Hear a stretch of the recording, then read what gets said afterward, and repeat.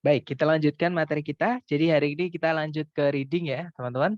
Di chapter 14 dan chapter 15. Nah, ini kita jadikan satu karena memang materinya singkat, sedikit seperti itu. Baik, langsung saja. Jadi teman-teman nanti di reading akan diberi waktu 50 menit, 55 menit untuk mengerjakan 50 pertanyaan ya. Nah, anggap saja yang 5 menit itu dipakai untuk melingkari lembar jawaban ya, teman-teman, walaupun kelihatannya sepele but it takes time. Tapi menyita waktu seperti itu. Jadi anggap aja 50 pertanyaan untuk 50 menit untuk mengerjakan 50 pertanyaan. Jadi satu pertanyaan teman-teman cuma punya waktu 1 menit. Seperti itu. Dan tipsnya sebenarnya di reading cuma satu ya, teman-teman. Reading nanti teman-teman jangan membaca teksnya dulu karena tidak semua informasi yang ada di teks itu ditanyakan. Dan ada kemungkinan kalau kita baca teks dulu, kemudian mengerjakan soal, kita nanti lupa. Jadi kita nanti tetap akan melihat teks juga, soal teks seperti itu. Jadi lebih gampang teksnya di-skip aja ya. Jadi kita jangan baca teksnya dulu, tapi baca soalnya dulu. Oke, jadi tipsnya di reading itu teman-teman kenali ini soalnya jenis soal apa. Oke, kemudian nanti baru kita akan menemukan caranya di teks ngerjakannya gimana, seperti itu. Dan vocabnya teman-teman nanti yang akan sangat membantu di reading ini ya, sama dengan list structure dan listening di TOEFL yang dari awal saya beritahukan ke teman-teman, yang paling penting dan yang paling membantu adalah kosakata teman-teman atau vocab. Tapi kalau teman-teman masih merasa minim, sama kayak saya juga minim, kita belajar. Kalau dapat vocab baru teman-teman tulis seperti itu. Nah, dari tips 1 tadi, teman-teman, yang teman-teman harus membaca soalnya dulu, bukan teksnya dulu ya. Nah, nanti teman-teman akan tahu harus melakukan apa. Karena setelah kita mengenali soal, nanti kita akan menemukan ada 3 cara mengerjakan soal tersebut. Yang pertama, apakah kita cukup membaca topik sentence-nya saja atau kalimat pertama di setiap paragraf, atau kita harus mencari dulu letak informasi yang ditanyakan itu karena informasi yang ditanyakan berupa informasi yang spesifik atau khusus ya. Maka kita harus melakukan scan dan skim atau baca cepat. Seperti itu. Kemudian ataukah kita harus menarik kesimpulan atau melakukan melakukan tebak-tebakan gitu. Jadi teman-teman kayak main petunjuk terus mystery game kayak gitu ya, kayak puzzle seperti itu. Nah, hari ini kita akan kenalan dulu dengan jenis soal apa aja yang cara mengerjakannya. Teman-teman cukup membaca kalimat pertama di setiap paragraf ya, teman-teman. Ada jenis soal seperti itu di reading. Nah, untuk pertanyaan yang cara mengerjakannya adalah teman-teman cukup membaca kalimat pertama di setiap paragraf, yaitu pertanyaan yang menanyakan garis besar mengenai teks tersebut ya, teman-teman. Atau keseluruhan teks ini membahas apa sih? Kira-kira seperti itu.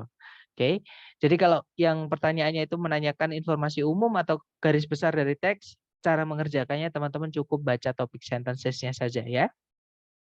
Nah, untuk jenis soal pertama yaitu main idea atau pertanyaan yang menanyakan gagasan utama. Jadi main idea itu pengertiannya adalah gagasan utama atau ide pokok atau bahan yang pengen diangkat sebagai bahan jadi pembicaraan oleh si penulis melalui teksnya tersebut yang dia tulis seperti itu. Nah, nanti di soal main idea itu tidak selalu disebut main idea ya, teman-teman. Kadang disebutnya juga main point, kadang juga primary concern, kadang juga main discussion, kadang topik, kadang title, kadang juga subject. Oke. Nah, untuk mengerjakannya yang saya bilang tadi ya, teman-teman, teman-teman cukup membaca kalimat pertama di setiap paragraf saja ketika menemukan jenis soal yang menanyakan main idea dan teman-temannya ini ya. Nah, untuk contoh soalnya seperti ini, sama yang saya bilang tadi, kalau reading itu kita baca soalnya dulu, jangan teksnya dulu ya. Di situ soalnya berbunyi, what is the topic of this passage? Apa sih topik dari teks ini? Nah, karena yang ditanyakan topik itu nama lain dari main idea, maka kita cukup baca topik sentence-nya saja, teman-teman. Yaitu kalimat pertama di setiap paragraf. Oke. Nah, kebetulan di sini contohnya hanya satu paragraf, jadi cukup kita baca kalimat pertama saja ya. Di situ kalimat pertama berbunyi, dalam filsafatnya John Dewey, sebuah perbedaan yang signifikan atau yang nampak itu dibuat antara kecerdasan dan kemampuan menggunakan logika. Oke, berarti di sini ngomongin tentang John Dewey yang mengatakan kalau intelijen atau kecerdasan dan kemampuan menggunakan logika itu berbeda ya, teman-teman. Kita cek. Yang alfa kecerdasannya John Dewey. Bukan ya, bukan ngomongin tentang kecerdasannya John Dewey, tapi ngomongin tentang kecerdasan dan kemampuan menggunakan logika itu berbeda menurutnya John Dewey. Bukan John Dewey ngomongin kecerdasannya sendiri, bukan ya. Berarti alfa bukan. Kalau yang Bravo, perbedaan-perbedaan yang dibuat oleh John Dewey. Tentang apa? Di sini tidak jelas, teman-teman. Sedangkan di soal itu lebih jelas karena ada keterangan kalau perbedaan itu hanya satu, yaitu a sharp distinction. Sebuah perbedaan yang nampak, yaitu antara kecerdasan dan kemampuan menggunakan logika. Kalau yang Bravo ini kurang jelas, teman-teman. Oke, kita tahan dulu, tapi nggak apa-apa. Kalau nanti nggak ada jawaban yang lebih tepat, berarti ya ini jawabannya seperti itu. Tapi kalau ada jawaban yang lebih tepat, ya berarti yang lebih tepat itu. Kalau yang Charlie, gagasannya Dewey pada kemampuan untuk menggunakan logika. Nah, kalau kita pilih yang Charlie, itu ada informasi yang di teks yang kita hilangkan, yaitu mengenai kecerdasan. Karena yang diomongin bukan cuma kemampuan menggunakan logika, tapi juga kecerdasan. Ya, berarti Charlie juga bukan, teman-teman. Kalau yang Delta, bagaimana kecerdasan itu berbeda dari menggunakan logika dalam karya-karyanya Dewey. Nah, ketemu. Di sini yang lebih menjurus ke kalimat pertama tadi ya. Ya sudah, berarti jawabannya Delta, teman-teman. Seperti itu. Nah, sebelum ke latihan, mungkin ada yang mau ditanyakan dulu dari teman-teman. Silakan.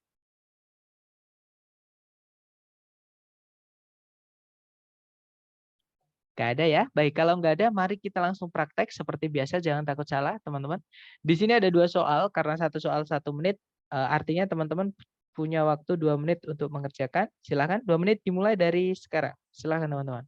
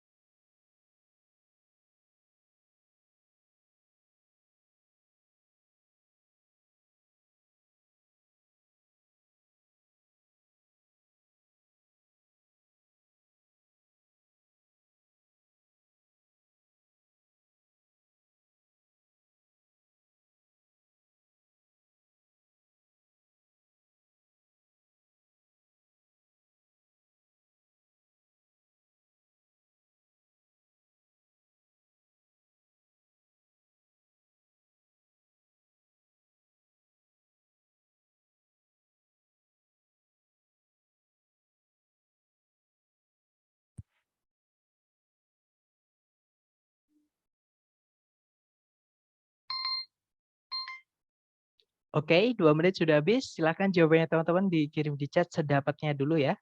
Kemudian nanti kita bahas bersama. Silakan, teman-teman. Baik, ada jawaban Charlie Alpha, ada juga Delta Bravo. Oke, mari kita cek bersama ya. Di situ nomor 1 pertanyaannya adalah, yang manakah di antara A, B, C, D yang berikut ini yang paling mendeskripsikan topik dari teks ini? Nah, berarti kita baca kalimat pertama di setiap paragraf. Nah, kebetulan hanya ada 1 paragraf, berarti cukup kita baca kalimat pertama. Kalimatnya berbunyi, Fort Knox yang terletak di Kentucky merupakan situs dari sebuah benteng militer Amerika Serikat. Meskipun dia lebih dikenal dengan penyimpanan emas Fort Knox, berangkas raksasa yang menyimpan tumpukan tabungan emas pemerintah Amerika Serikat. Nah, berarti di sini ngomongin tentang Fort Knox ya, teman-teman. Mari kita cek ABCD. Yang alfa kota dari Fort Knox, yaitu Kentucky. Bukan ngomongin Kentucky-nya ya, bukan ngomongin tentang kotanya Fort Knox, tapi ngomongin tentang Fort Knox-nya itu. Berarti alfa bukan. Kalau yang Bravo, penyimpanan emas pemerintah Amerika Serikat. Nah, yaitu Fort Knox. Ketemu ya? Jawabannya adalah Bravo, teman-teman. Kalau yang Charlie, benteng militer Amerika Serikat yang terletak di Fort Knox. Bukan ngomongin tentang benteng militernya ya, tapi ngomongin ya Fort Knox-nya itu, teman-teman. Lebih tepatnya ngomongin tentang fungsi dari Fort Knox, yaitu sebagai penyimpanan emas tadi ada oleh pemerintah Amerika Serikat. Kalau yang Delta, gold bullion itu artinya adalah batangan emas. Nah, batangan emas itu di dunia ini ada banyak sekali ya, teman-teman. Dan ini tadi bukan ngomongin tentang batangan emas, ngomongin tentang suatu tempat namanya Fort Knox yang dipakai untuk menyimpan emas seperti itu. Oke, berarti jawabannya yang Bravo ya, penyimpanan emas pemerintah Amerika Serikat atau federal. Kemudian nomor 2, yang manakah di antara ABCD berikut ini yang paling tepat sebagai judul dari teks ini? Sama, judul itu adalah main idea juga, teman-teman, atau gagasan utama ya. Berarti yang sudah kita baca tadi di kalimat pertama tadi ya, yang mana ngomongin tentang Fort Knox. Kita cek ABCD. Yang alfa, brankas beton raksasa. Nah, brankas beton raksasa itu kurang spesifik atau kurang jelas karena di dunia ini brankas beton raksasa mungkin ada juga selain di Fort Knox ya. Berarti yang alfa ini kurang jelas, nggak bisa, teman-teman. Kalau yang Bravo, keamanan dari Fort Knox atau keamanannya Fort Knox. Bukan ngomongin keamanannya ya, tapi lebih ke fungsinya. Oke, Bravo bukan. Kalau yang Charlie, di manakah Amerika Serikat itu menyimpan emas-emasnya? Maksudnya pemerintah Amerika Serikat itu menyimpan emas-emasnya. Nah, jawabannya adalah Fort Knox. Ya, ketemu teman-teman, jawabannya adalah yang Charlie berarti ya. Oke, kita lanjut ke nomor berikutnya. Nomor 3 dan nomor 4 dicoba dulu. Waktunya 2 menit. Dimulai dari sekarang. Silahkan teman-teman.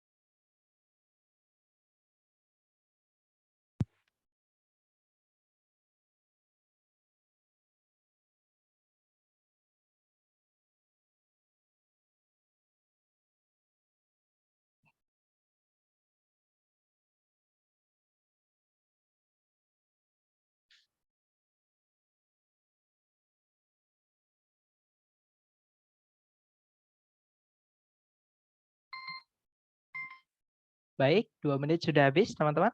Yang sudah nemu jawaban boleh dikirim di chat, silahkan. Baik, ada jawaban Bravo Alpha. Baik, mari kita cek. Di situ nomor 3 pertanyaannya, yang manakah di antara berikut ini yang paling menyatakan subjek dari teks ini? Nah, subjek itu sama dengan main idea ya. Berarti kita baca kalimat pertama di setiap paragraf. Di situ kalimatnya berbunyi, salah satu karakteristik penanda dari jenis-jenis mineral adalah tingkat eh, kekerasan relatif mereka, gitu ya, yang bisa ditentukan dengan cara menggoreskan salah satu jenis mineral dengan mineral yang lain. Oke, berarti ngomongin tentang caranya kita menentukan itu jenis mineral apa ya. Kita cek ABCD. Yang alfa, tingkat kekerasan dari berlian. Nah, tiba-tiba ada kata berlian. Sedangkan teks ini bukan cuma ngomongin tentang berlian, walaupun mungkin di berlian ada ya di situ, tapi ada juga selain berlian di situ yang disebutkan quartz, kuarsa ya, ada feldspar juga, ada talc juga. Jadi bukan cuma ngomongin diamond teman-teman, tapi ngomongin mineral secara keseluruhan. Berarti alpha bukan? Kalau yang Bravo, identify minerals by means of a scratch test. Menentukan jenis-jenis mineral dengan cara uji gores. Nah, ketemu. Jawabannya adalah yang Bravo. Oke, good job. Lanjut number 4. The main idea of this passage is that gagasan utama dari teks ini adalah bahwa, nah berarti ini ngomong sama, main idea ya, ngomongin garis besar dari teks. Berarti cukup kita baca kalimat pertama yang sudah kita baca tadi, kita cocokkan dengan pilihan A, B, C, D. Yang alpha, tingkat kekerasan dari suatu jenis mineral itu bisa ditentukan dari kemampuannya untuk meninggalkan goresan pada mineral-mineral yang lain. Nah, ketemu teman-teman. Jawabannya adalah yang alpha. Right, good job. Next ke number 3. Di sini ada satu soal. Paragrafnya ada 4 ya. Jadi hati-hati. Waktunya 1 menit. Dimulai dari sekarang. Silahkan teman-teman.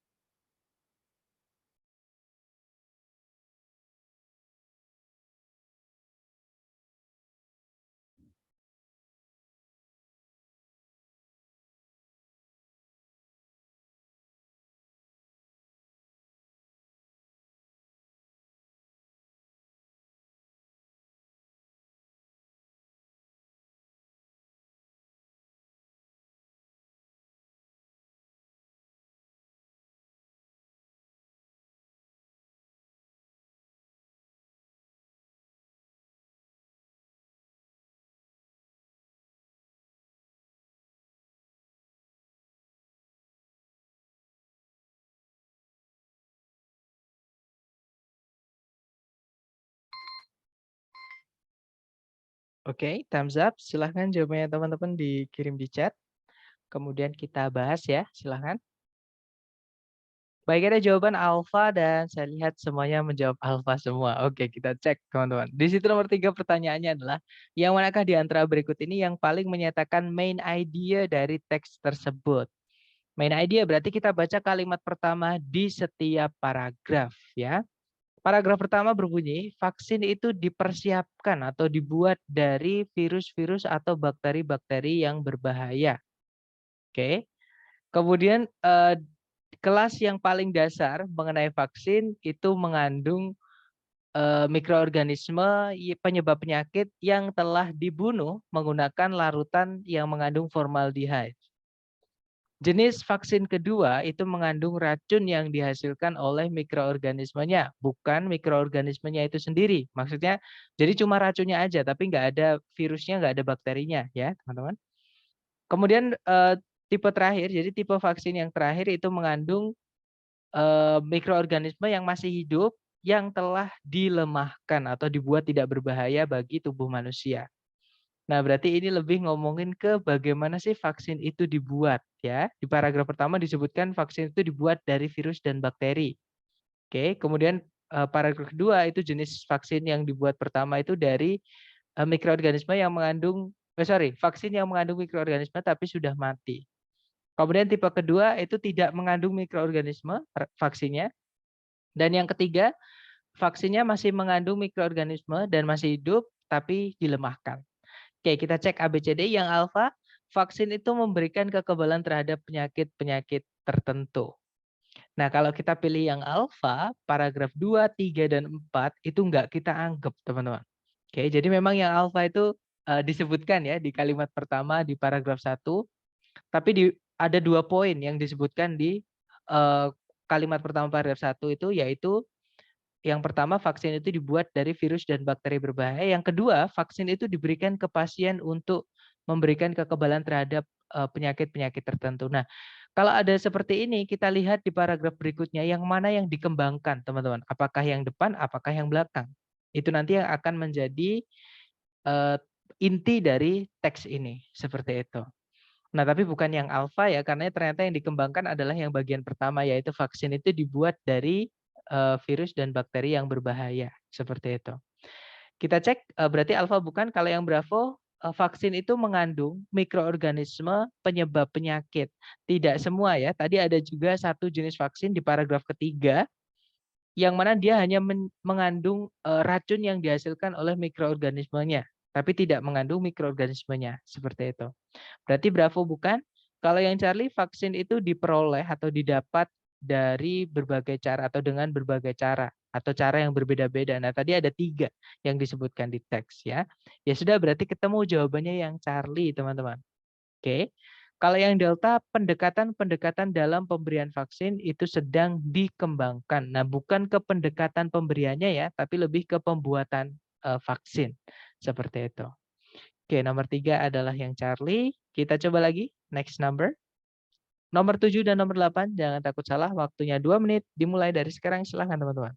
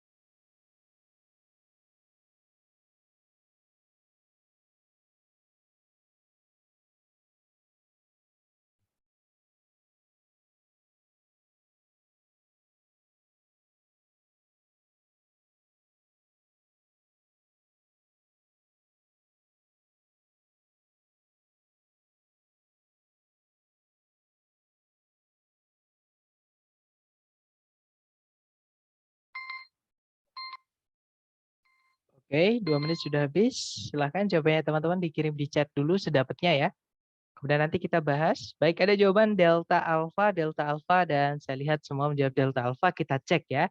Nomor 7 pertanyaannya adalah, topik dari teks ini bisa dideskripsikan sebagai, nah karena topik kita baca kalimat pertama di setiap paragraf. Paragraf 1. Sebuah hoaks tidak seperti kesalahan murni, merupakan sebuah rencana yang sengaja disusun untuk menyajikan kebohongan sebagai kebenaran. Paragraf 2, sebuah hoaks ilmiah yang terkenal terjadi di tahun 1912 ketika Charles Dawson mengaku telah menemukan tengkorak manusia dan tulang rahang di Piltdown Common di Inggris bagian selatan. Paragraf 3, memerlukan lebih dari 40 tahun supaya hoaks tersebut diungkap atau terungkap gitu ya. Nah, intinya teks ini ngomongin tentang hoax, teman-teman. Dan kalau kita lihat nomor 7, pilihan yang menyebutkan kata hoax itu cuma satu, yaitu yang delta. Ya sudah, berarti jawabannya delta, teman-teman. Di situ dijelaskan a definition and example of a hoax. Definisi dan contoh dari hoax. Definisi disebutkan di paragraf 1, contohnya di paragraf 2 dan paragraf 3, seperti itu. Kemudian nomor 8, main point atau inti dari penulis, main point itu ya gagasan utama gitu ya dari penulis adalah bahwa, nah sama karena main point itu nama lain dari main idea ya. Jadi yang sudah kita baca tadi ini ngomongin tentang hoax, teman-teman. Dan sama kalau kita lihat di pilihan A, B, C, D yang menyebutkan tentang hoax itu cuma satu pilihan, yaitu yang alpha. Ya sudah, berarti jawabannya alpha. Nah, kalau ada soal seperti ini ada cara cepatnya ya, teman-teman. Kalau misalkan pilihan yang lain tidak membahas inti dari teks, ya sudah pilih yang satu-satunya yang membahas inti dari teks itu. Oke, jawabannya yang alfa, berbagai jenis hoax itu pernah dilakukan atau telah dilakukan seperti itu. Oke, lanjut lagi ke nomor berikutnya. Oke, ternyata sudah habis untuk jenis soal pertama yang cara mengerjakannya teman-teman cukup membaca kalimat pertama di setiap paragraf. Sekarang ke soal kedua yang cara mengerjakannya teman-teman juga sama, cukup membaca kalimat pertama di setiap paragraf, yaitu idea organization ya teman-teman, atau bagaimana si penulis itu mengembangkan ide di dalam teks. Karena ide paragraf 1, paragraf 2, paragraf 3 itu pasti ada perbedaan, tapi ada juga inti yang diusung dari paragraf 1 sampai paragraf terakhir itu sama. Oke, cuman mungkin nanti supporting ideas-nya yang beda seperti itu. Nah, nanti pertanyaan ini bisa dikenali dari misalnya ada how, kemudian ideas, kemudian information, kalau nggak gitu organize, presented, related. Jadi kalau diartikan bagaimana ide atau informasi di dalam teks itu dikembangkan, disajikan, atau disambungkan. Seperti itu. Nah, cara mengerjakannya sama, teman-teman. Pahami ya kalimat pertama di setiap paragraf, nanti cari hubungannya. Caranya gimana cari menghubungkannya? Dihubungkan langsung aja dengan pilihan A, B, C, D. Yang mana yang paling masuk akal ya sudah berarti yang itu. Seperti itu. Nah, contoh soalnya seperti ini, teman-teman. Sama kalau di reading jangan baca teksnya ya, tapi baca soalnya dulu. Di situ soalnya berbunyi, di teks ini, nah di soal kurang jelas, teman-teman. Kalau di soal kurang jelas seperti ini jenis soal apa? Kita lihat di pilihan gandanya. Oke, karena kita juga bisa mengenali jenis soal itu dari pilihan ganda. Di situ pilihan ganda yang alfa menyebutkan sebuah gagasan atau ide itu disajikan dan kemudian dibantah. Kalau yang Bravo, sebuah konsep itu diikuti oleh contoh. Kalau yang Charlie, sebab diikuti oleh akibat. Kalau yang delta, sebuah kepercayaan didukung dengan alasan-alasan logis. Nah, ini intinya adalah bagaimana si penulis itu gaya penulisannya gitu ya, atau bagaimana dia mengembangkan ide di dalam teks. Nah, berarti ini masuk ke jenis soal kedua yang cara mengerjakannya teman-teman cukup membaca kalimat pertama di setiap paragraf ya. Kalimat pertama paragraf 1 berbunyi, jika ditanya siapa yang menemukan permainan baseball, hampir seluruh orang Amerika kemungkinan akan membalas bahwa mereka itu percaya Abner Doubleday lah penemunya. Karena paragraf kedua, Doubleday itu sebenarnya hanya diberikan pengakuan gitu ya atas penemuan ini di awal abad ke-20-an ketika perusahaan alat-alat olahraga yang namanya adalah Spalding itu memberikan tugas untuk melakukan penelitian atas pertanyaan siapa yang menemukan baseball. Nah, berarti sebenarnya Doubleday itu bukan yang menemukan asli, teman-teman. Dia hanya diminta untuk melakukan penelitian saja. Oke. Kemudian paragraf terakhir, sekarang ini seluruh sejarawan olahraga itu sepakat kalau sebenarnya Doubleday itu tidak punya andil apa-apa dalam perkembangan permainan baseball.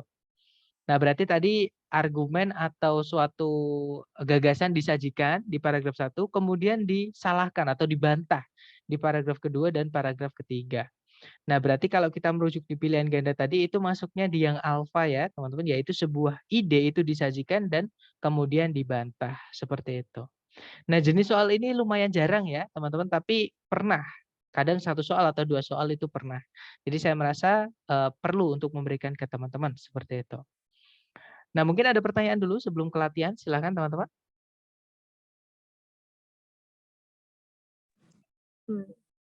Ada, Sir. Silakan, Miss. Jadi sebenarnya kalau kita mau ngerjain soal reading ini, baca teksnya itu langsung diartiin kayak Mister ini atau baca English-nya ya, Sir? Lebih Alright, enak good. gitu. Kalau saya untuk menyingkap waktu itu saya langsung di Indonesia kan teman-teman. Jadi sambil jadi ada namanya istilah scan dan skim yang besok kita akan pelajari itu kita kayak membaca dengan gerak mata aja. Nah, sambil kita berusaha memahami seperti itu. Menurut saya ya, tapi yang saya rasakan itu yang paling enak seperti itu. Dan kalau ada vocab baru, maksudnya teman-teman nggak tahu artinya, lewatin aja. Maksudnya itu nanti bisa ditebak konteksnya dari kalimat-kalimat setelahnya atau kata-kata setelahnya seperti itu. Jadi kalau saran saya untuk menyingkap waktu tidak perlu dibaca bahasa Inggrisnya, teman-teman. Seperti itu. Gimana, Miss, dapat maksud saya? Iya.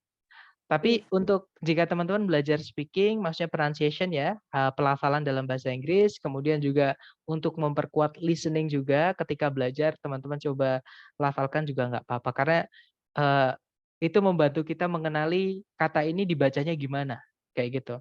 Misalkan invented, nah nanti ketika kita membaca dalam bahasa Inggris, ketika di listening kita udah terbiasa membaca dalam bahasa Inggris yang kita lafalkan atau tahu pronunciation-nya itu nanti akan membantu di listening. Jadi kita bisa mengenali kata itu di dalam kalimat tulisannya apa, bacanya apa kayak gitu. Jadi lebih lebih gampang di listening ya tapi.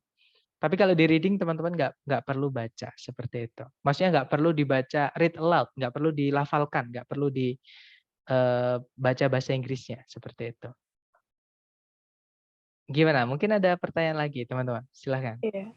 Berarti kayak itu butuh latihan juga ya, Sir, ya? Karena ya That's right. selama ini juga pakai bahasa Inggris gitu, tapi kok kayaknya malah nggak dapet intinya. Nah, terus tuh kalau pas tes benerannya itu jadi kayak, keburu-buru malah nggak cukup waktunya gitu, Nah, Sir. good. Nggak Jadi ini maksimal. betul, ini juga pengalaman saya juga, teman-teman. Nggak enaknya kita tes yang bareng-bareng ya, reading ini tempatnya di terakhir.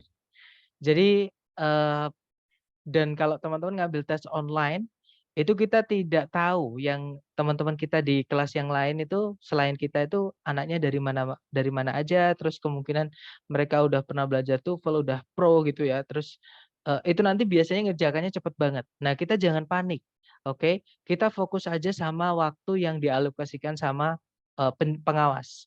Jadi kalau ada yang udah selesai, misalkan tinggal kita aja, nggak apa-apa, nikmati aja teman-teman, sampai waktunya, eee kalau teman-teman mau mengkoreksi ya kalau kuat ya Mas ya. Karena nggak semua orang kuat teman-teman, melihat tulisan dalam bahasa Inggris yang banyak, mengerjakan seperti itu, ada juga yang ngantuk misalnya. Nah kalau udah nggak kuat, pakai cara yang saya pakai ini, maksudnya, tips yang saya kasihkan ke teman-teman ini supaya teman-teman tidak kelamaan ketika mengerjakan reading. Karena banyak sekali keluhan dari teman-teman, maksudnya bukan teman-teman di sini ya, teman-teman di kampung Inggris tuh, kalau di reading itu biasanya waktunya yang kerasa cepet banget, seperti itu. Kadang belum selesai tiba-tiba udah mau habis aja waktunya, biasanya gitu teman-teman. Makanya saya kasih, sebenarnya tips ini juga saya ambil dari buku juga, cuman saya compile. Dari buku itu ada 6 bab ya, 6 chapter, ternyata ketika saya pelajari, bisa disimpilkan lagi tuh, bisa dipendekkan lagi, digampangkan lagi, seperti itu. Jadi, ya itu tadi, kalau dengan cara ini teman-teman mau membaca juga nggak apa-apa, mau menikmati teksnya kayak saya misalkan kalau teksnya itu topiknya saya sukai, ya kadang saya baca, saya nikmatin dulu kayak gitu. Biar nggak ngantuk maksudnya teman-teman. Tapi kalau teman-teman misalkan udah ngantuk ya pakai cara saya ini aja, cara cepet ini ya. Karena memang nggak disarankan untuk membaca seluruh teks, teman-teman. Nggak semua informasi yang ada di teks itu ditanyakan, kemudian juga kita nanti mengerjakan soal berikutnya pun akan lupa lagi mengenai teks tadi apa ya, saya ingatnya ini, terus mau ngecek lagi. Jadi daripada 2 kali kerja, mending sekali kerja yang seperlunya, seperti itu, teman-teman. Yes, Sir, thank you. Soalnya Oke, udah 2 kali tes ya, Sir. Di reading itu saya baru 2 passage udah hampir, mau 10 menit lagi gitu. Kayak gitu that's terus 2 right. kali tes. Itu Jadi ya. kecil banget di reading-nya, Sir. Memang itu kasus yang umum, Mas. Jadi reading itu kita biasanya mikirnya kelamaan. Jadi kayak, kalau nggak tahu tipsnya ya, Mas, maksudnya teman-teman. Karena kita ngiranya semua soal di reading itu harus menggunakan scan dan skim, harus kita cari, harus kita baca semuanya. Padahal, struktur sama kayak kita ngomong, teman-teman. Kalau di Inggris ya ini beda budaya sih. Kalau di Inggris itu mereka ngomong itu intinya, nanti kalau mau ada pendukung atau supporting ideas itu di belakang. Jadi makanya topik sentence itu tempatnya di kalimat, pertama, seperti itu. Nah memang juga tipsnya ini kelihatan gampang ya teman-teman, tapi tetap, saya sarankan kalau ada waktu teman-teman hajar latihan latihan latihan, supaya yang saya pernah bilang, itu nanti akan jadi insting. Nggak akan susah sama sekali teman-teman tes TOEFL itu. Minimal itu yang saya rasakan ya, jadi yang saya bisa share ke teman-teman juga seperti itu. Memang nggak enaknya di awal kita latihan latihan latihan, Nanti kalau di belakang udah enak itu ya nggak usah terlalu susah cara ngerjakannya gitu. Tapi memang harus ada kerja keras seperti itu. Gimana? Tapi untuk teorinya dapat ya, teman-teman? Iya, dapat, Oke. Sir. Thank you so much, Sir. Oke. Maaf Sir, boleh nggak kalau soal begini dulu, sorry, soal begini, soal dulu yang dibaca, kemudian bacaannya untuk memang seperti itu, Miss. Jadi tadi di awal saya jelaskan, tips di reading itu cuma satu, teman-teman. Ya, yaitu teman-teman mengenali soalnya. Nah, caranya caranya mengenali soalnya ya kita baca soalnya dulu, jangan membaca teksnya dulu. Seperti itu memang yang saya sampaikan di awal tadi. Oke, nah nanti teman-teman dari membaca soalnya, teman-teman akan tahu, oh ini ternyata menanyakan secara garis besar teks. Berarti cukup kita baca kalimat pertama di setiap paragraf. Oke, nah besok kita akan belajar mengenai informasi yang spesifik atau informasi yang kecil-kecil di teks. Ya, itu cara yang mengerjakannya beda, teman-teman. Itu harus kita melakukan scan dan scan sampai menemukan yang ditanyakan itu di dalam teks seperti itu. Oke. Jadi memang di reading ini harus kita baca, menurut saya ya teman-teman, harus baca soalnya dulu. Tapi tetap nanti kalau saya ya teman-teman, mungkin karena udah biasa, sama makanya saya bilang ke teman-teman hajar kelatihan itu supaya sudah terbiasa juga sama kayak saya. Eee, apa namanya, kalau nanti menikmati dengan topik bacaannya, padahal udah selesai soalnya, itu enak kita baca dinikmati kayak gitu, jadi nggak ngantuk. Tapi kalau teman-teman kurang terbiasa dengan membaca tulisan bahasa Inggris yang lumayan panjang, pasti nanti di tengah-tengah itu entah konsentrasinya buyar atau itu pasti ada, teman-teman. Makanya hajar latihan sering-sering teman-teman apa namanya, terjun ke posisi di mana teman-teman ngerjakan ketika tes. Karena jumlah soalnya 140 totalnya dari listening, structure, sama reading, teman-teman. Dan waktunya sekitar 2 jam ya, segitulah. Nanti ngantuk sekali kalau teman-teman kurang terbiasa dengan bahasa Inggris seperti itu. Ya, jadi jawabannya memang harus dibaca soalnya dulu ya, Miss, bukan teksnya dulu. Karena tidak semua informasi yang ada di teks itu ditanyakan. Gimana? Mungkin ada pertanyaan lagi?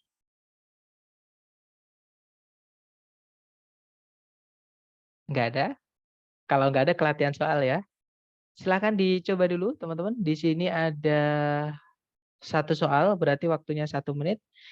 Jangan takut salah. 1 menit dimulai dari sekarang, silakan.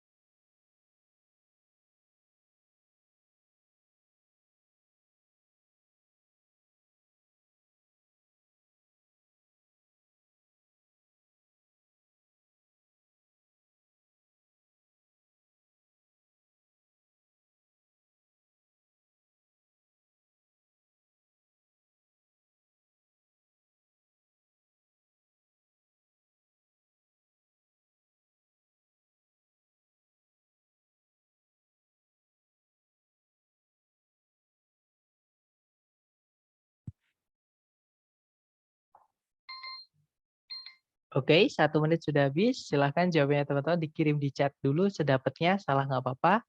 Baik, ada jawaban alfa, bravo, dan delta. Mari kita cek bersama. Di situ nomor 1 pertanyaannya adalah bagaimanakah informasi di dalam teks itu dikembangkan. Nah, kita baca kalimat pertama di setiap paragraf ya. Kalimat pertama paragraf 1 berbunyi, konflik di dalam sebuah organisasi itu tidak selalu dipandang sebagai sesuatu yang tidak diinginkan.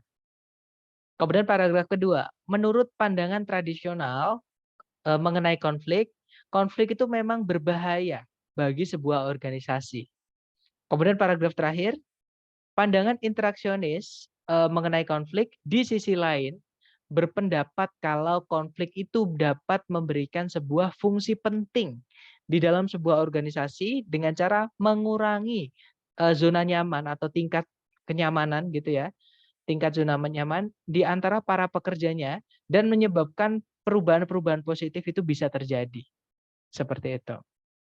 Nah, berarti ini ngomongin tentang di situ tadi ada kata yang diulang-ulang, teman-teman.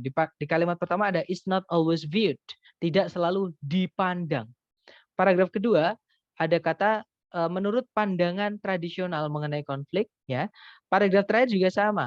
Pandangan interaksionis mengenai konflik. Jadi ini sebenarnya ngomongin tentang pandangan orang terhadap konflik di dalam sebuah organisasi, ya. Kita cek teman-teman ABCD yang menceritakan seperti itu.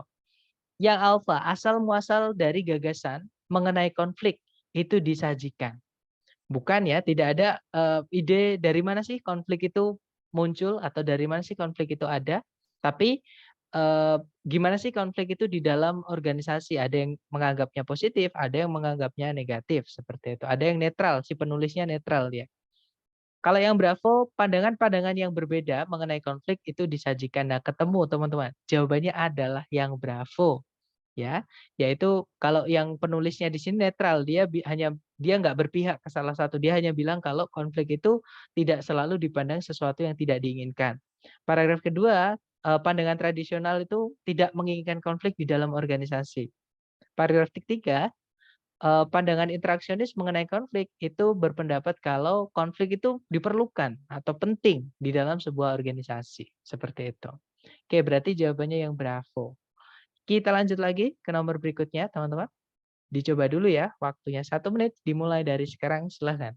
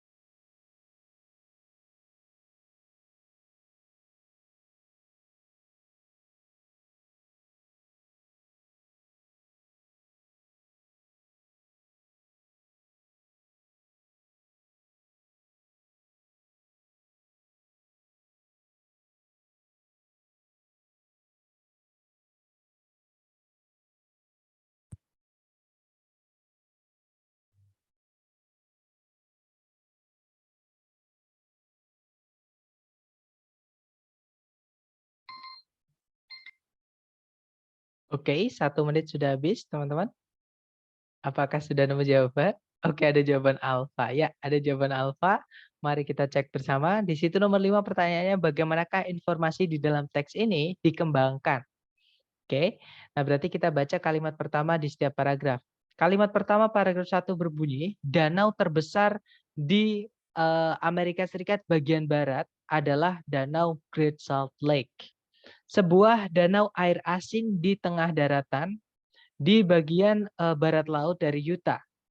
Tepat di sebelahnya atau tepat di setelahnya gitu ya, ibu kota negara bagian Salt Lake City. Berarti intinya ngomongin tentang danau yang terbesar di Amerika Serikat bagian barat, namanya adalah Great Salt Lake ya. Kemudian paragraf kedua, meskipun Great Salt Lake itu dialiri oleh air atau sungai-sungai air tawar, dia itu sebenarnya lebih asin dibandingkan lautan di seluruh dunia. Oke, berarti ini ngomongin keunikan dari Great Salt Lake. Oke, kalau dia itu lebih asin dibandingkan lautan. Kemudian paragraf terakhir, Great Salt Lake itu bisa berubah-ubah atau bervariasi secara drastis dari ukuran normalnya yaitu 1.700 mil persegi. Bergantung pada kondisi cuaca berkepanjangan. Berarti sama, ini ngomongin tentang keunikan dari Great Salt Lake yaitu ukurannya dia bisa berubah-ubah secara drastis gitu ya. Mari kita cek ABCD yang alfa, 2 karakteristik yang tidak biasa atau yang unik mengenai Great Salt Lake itu dibahas. Nah, ketemu teman-teman. Jawabannya adalah yang alfa. Kalau yang Bravo teori yang berbeda, nggak ada teori ya. Di situ tadi hanya fitur atau keunikan dan itu nyata. Teori kan belum tentu nyata, harus dibuktikan. Tapi dan bisa dibantah seperti itu ya. Tapi kalau di sini ngomongin memang sudah seperti itu. Danaunya memang sudah terbukti seperti itu ya. Berarti Bravo bukan. Kalau yang Charlie proses bagaimana Great Salt Lake itu mendapatkan garamnya disebutkan. Nah, tadi ada di paragraf kedua ya, teman-teman. Tapi kalau kita pilih yang Charlie, bagaimana dengan ukuran dari Great Salt Lake sama letak dari Great Salt Lake atau Great Salt Lake itu sendiri. Ya, berarti Charlie nggak boleh karena ada bagian yang dihilangkan. Charlie nggak bisa. Kalau yang delta, alasan-alasan dari atau untuk variasi atau perbedaan-perbedaan dalam ukuran Great Salt Lake itu diberikan. Nah, kalau yang ukuran itu hanya ngomongin paragraf terakhir, teman-teman. Oke, ukuran itu ngomongin di paragraf terakhir yang dia bisa berubah-ubah tadi ya. Yang mana kalau kita pilih yang delta nanti paragraf 1 dan 2 seolah-olah tidak dianggap. Yang mana tidak boleh ya, berarti jawabannya yang alfa. Seperti itu. Namanya aja garis besar, seperti itu. Kalau garis besar ya semuanya harus ikut, teman-teman. Oke, lanjut lagi. Oke, ternyata sudah habis. Mungkin ada pertanyaan dulu sebelum kita ke jenis soal terakhir yang cara mengerjakannya teman-teman cukup baca kalimat pertama di setiap paragraf. Silakan teman-teman kalau ada pertanyaan. Nggak ada ya? Baik, kalau nggak ada, sekarang ke jenis soal terakhir, yaitu pertanyaan yang menanyakan mengenai tone. Tone itu pengertiannya emosi, suasana hati, atau nuansa yang penulis tuangkan ke dalam teks. Oke, kalau purpose itu ya maksudnya penulis menulis teks tersebut supaya pembacanya bagaimana. Kayak gitu. Kemudian yang terakhir, course itu adalah bidang keilmuan, teman-teman. Jadi topik yang dibahas oleh penulis itu kalau dimasukkan ke dalam apa namanya? Mata kuliah itu masuk ke mata kuliah apa atau bidang keilmuan apa, seperti itu. Nah, cara mengerjakannya untuk mengenalinya gampang, teman-teman. Nanti di soal akan disebutkan. Jadi tone-nya apa, course-nya apa, tujuannya apa, itu nanti akan disebutkan di dalam soal. Nah, kalau teman-teman menemukan jenis soal yang menanyakan tone, teman-teman cari si penulis itu di teks ada nggak mengungkapkan perasaannya atau kesubjektivitasannya dia ada nggak?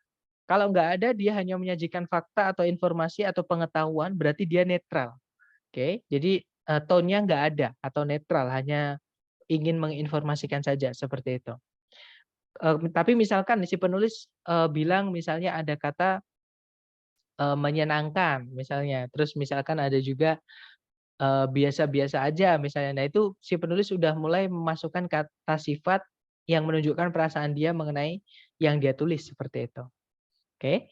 Kemudian kalau purpose atau tujuan si penulis, nanti teman-teman harus menghubungkan kesimpulan dari kalimat pertama di setiap paragraf dengan pilihan di A, B, C, D. Yang mana yang paling nyambung, nggak boleh ada yang hilang, nggak boleh ada yang ditambahi. Seperti itu ya. Kemudian kalau yang course atau bidang keilmuan, ya kita cocokkan aja vocab-vocab yang dipakai di kalimat pertama di setiap paragraf, itu dengan pilihan A, B, C, D, itu yang mana yang nyambung, yang cocok. Seperti itu.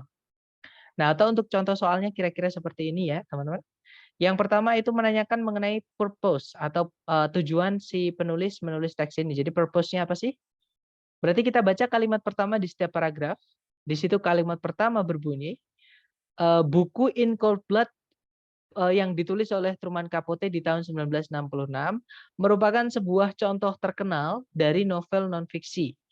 Sebuah jenis karya tulis populer yang berdasar pada kejadian nyata, di mana penulisnya itu berusaha untuk mendeskripsikan penyebab-penyebab pikiran-pikiran dan emosi-emosi yang melatar belakangi dan yang menggiring ke kejadian aslinya. Oke. Nah, berarti intinya di sini ngomongin tentang In Cold Blood dari Truman Capote yang mana dia adalah sebuah contoh dari novel non-fiksi ya, teman-teman. Kita cek ABCD yang berbunyi seperti itu. Yang alfa membahas sebuah contoh dari sebuah genre atau golongan sastra tertentu. Nah, ketemu langsung ya, teman-teman. Jawabannya adalah yang alfa karena In Cold Blood tadi disebutkan dia hanya sebagai contoh saja dari novel non-fiksi. Seperti itu. Kalau yang Bravo menceritakan cerita dari In Cold Blood. Nah, ketika kita baca kalimat pertama tadi, tidak ada si penulis itu memasukkan apa namanya? Niat misalnya, minimal niat untuk menceritakan atau pengantar lah untuk menceritakan bagaimana sih In Cold Blood itu? Atau kalau kita baca kalimat pertama tadi, kita masih nggak tahu ceritanya In Cold Blood kayak gimana. Berarti bukan itu tujuan dari si penulis ya. Bravo bukan. Kalau yang Charlie menjelaskan alasan-alasan Truman Capote dalam penulisan In Cold Blood. Nah, sama ketika kita baca kalimat pertama tadi, kita nggak tahu, tidak menemukan alasan kenapa Truman Capote menulis buku tersebut. Oke, berarti Charlie bukan. Kalau yang Delta mendeskripsikan bagaimana Truman Capote itu melakukan penelitian untuk novel non-fiksinya itu.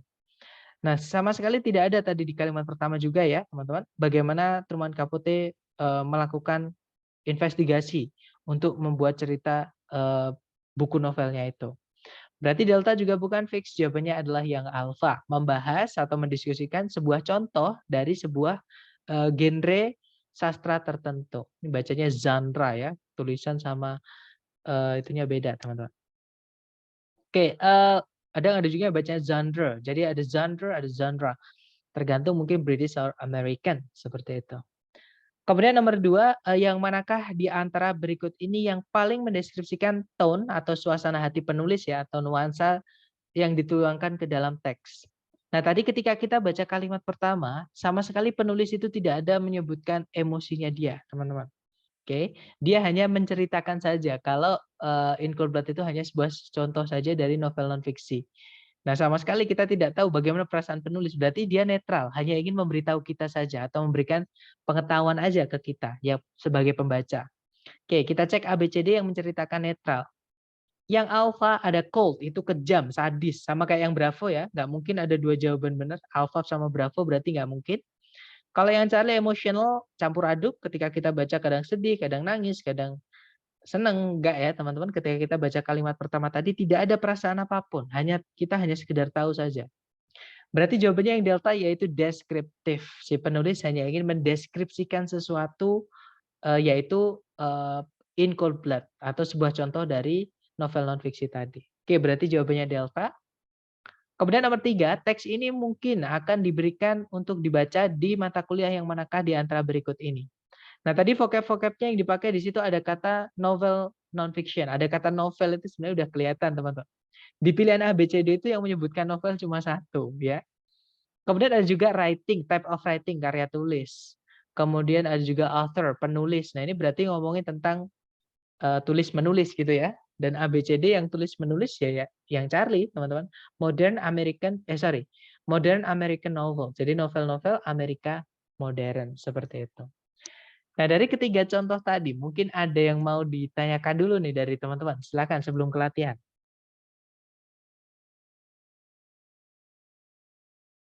Nggak ada ya, langsung aja kita ke latihan teman-teman. Dicoba dulu, di sini ada 3 soal. Waktunya berarti 3 menit, dimulai dari sekarang. Silakan teman-teman.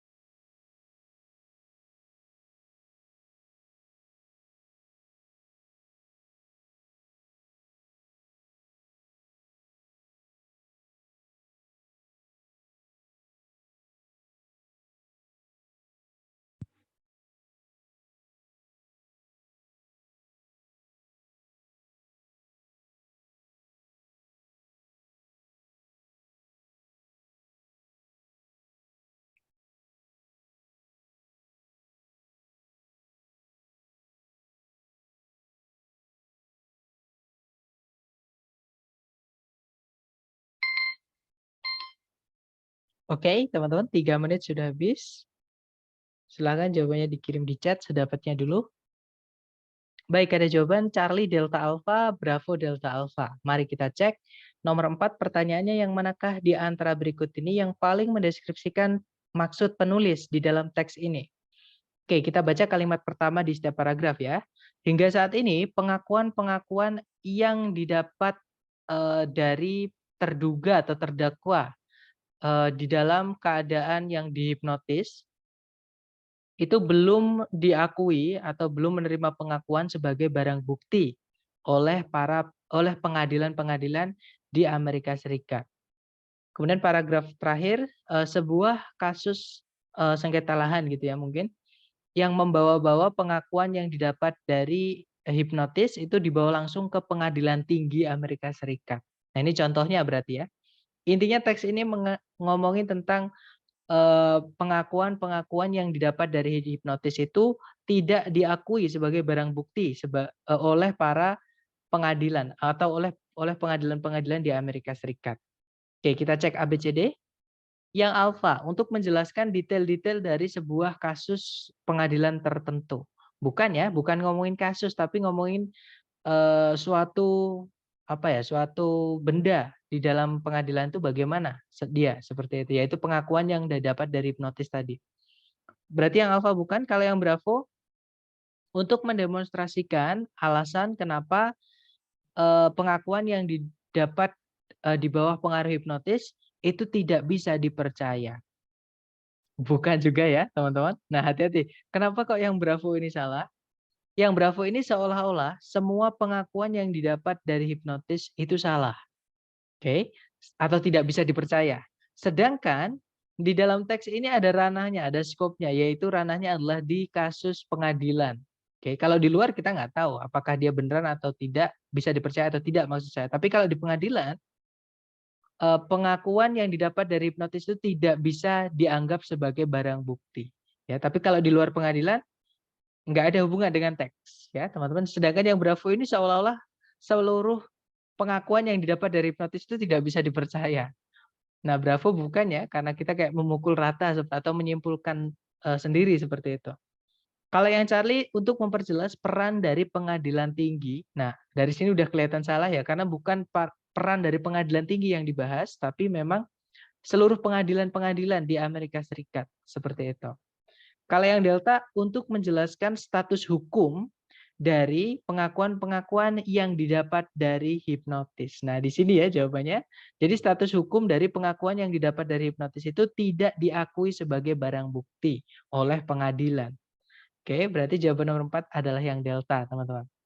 Kemudian nomor 5, tone dari teks ini bisa dideskripsikan sebagai, nah sama dengan contoh tadi ya, kita tidak menemukan penulis ini menunjukkan subjektivitasnya atau emosinya dia nggak ada di teks. Berarti dia netral. Nah, ABCD yang netral itu cuma satu, yaitu yang delta, informative. Nah, si penulis berarti hanya ingin memberikan informasi ke kita. Seperti itu. Kalau yang nomor 6, teks ini kemungkinan akan ditugaskan untuk dibaca di mata kuliah yang mana. Seperti itu. Nah, tadi ada kata defendants, artinya terdakwa atau terduga. Ada juga kata courts, pengadilan-pengadilan Amerika ya. Kemudian ada evidence, barang bukti. Ada confessions, pengakuan. Supreme Court, pengadilan tinggi. Nah, ini ngomongin tentang hukum. Nah, berarti nomor 6 jawabannya yang alpha ya, American law atau hukum Amerika. Jadi vocab-vocabnya disambungkan seperti itu dengan pilihan A, B, C, D. Oke, kita lanjut lagi ke contoh terakhir, teman-teman. Latihan ya, dicoba dulu waktunya 3 menit, jangan takut salah. 3 menit dimulai dari sekarang, silahkan.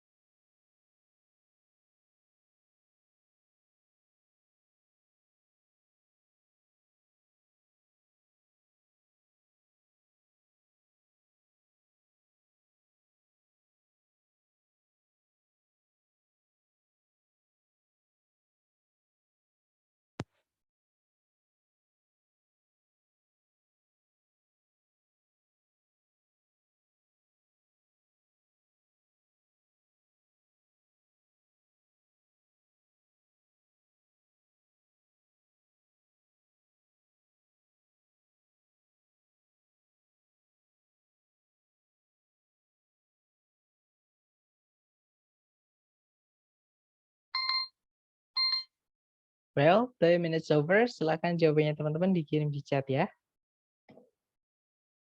Baik, ada jawaban Bravo Alpha Alpha, Charlie Alpha Alpha, Bravo Alpha Bravo, Bravo Delta Alpha. Baik, kita cek bersama. Ada juga, oke, Bravo Alpha Alpha. Mari kita cek teman-teman. Di situ nomor 7 pertanyaannya maksud utama dari si penulis dalam teks ini adalah untuk, nah kita baca kalimat pertama di setiap paragraf. Kalimat pertama paragraf 1 berbunyi, tingkat di mana penggundulan hutan di dunia ini sedang terjadi itu sangat mengkhawatirkan. Nah, ini penulis memasukkan emosi, teman-teman, atau suasana hatinya dia. Berarti kalau dia bilang mengkhawatirkan artinya dia khawatir, ya. Kemudian paragraf berikutnya, sebagian besar penggundulan hutan terjadi di hutan tropis di negara berkembang yang didasari oleh kebutuhan negara berkembang atas meningkatnya lahan pertanian dan kebutuhan dari atau keinginan dari beberapa negara maju untuk mengimpor kayu dan produk-produk kayu. Nah, ini ngomongin tentang penggundulan hutan ya. Kita cek ABCD. Yang alfa mengutip statistika mengenai sebuah perbaikan atau perkembangan gitu ya di permukaan daratan bumi. Bukan ya, bukan perkembangan, malah penggundulan hutan yang semakin memburuk tadi. Berarti yang alfa bukan karena berkebalikan, teman-teman. Kalau yang Bravo menjelaskan di manakah penggundulan hutan itu sedang terjadi. Nah, yang Bravo ada di teks tadi, yaitu di paragraf kedua. Tapi kalau kita masukkan yang Bravo, teman-teman, atau kita pilih yang Bravo, nanti paragraf 1 nggak dianggap. Ya, berarti nggak bisa yang Bravo. Kalau yang Charlie membuat pembacanya itu sadar akan adanya sebuah masalah di dunia ini yang semakin memburuk. Maksudnya penggundulan hutan tadi yang dibahas intinya tadi ya. Ya sudah berarti ketemu teman-teman. Jawabannya adalah yang Charlie. Ya. Kemudian yang nomor 8, yang manakah di antara berikut ini yang paling mendeskripsikan tone atau suasana hati penulis di teks ini. Nah, tadi ada kata alarming. Artinya mengkhawatirkan. Artinya berarti si penulis khawatir.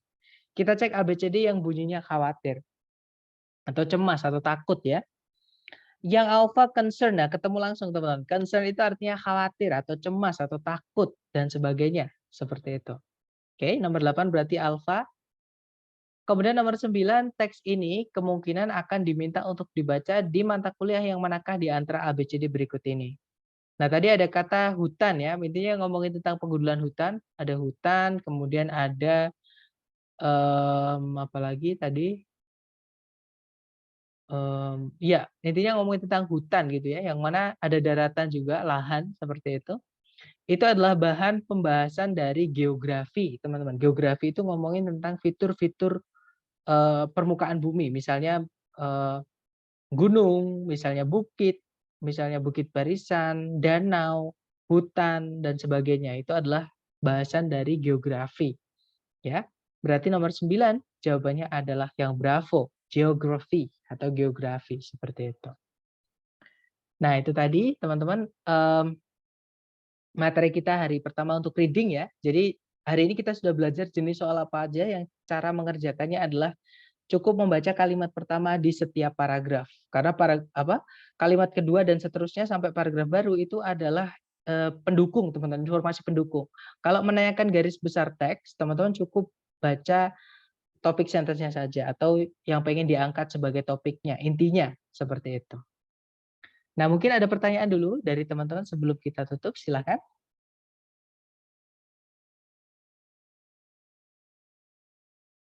Nggak ada ya? Atau nanti ketika latihan teman-teman menemukan kesulitan untuk penjelasan apapun, silahkan japri saya, teman-teman. Saya bantu lewat WhatsApp, oke?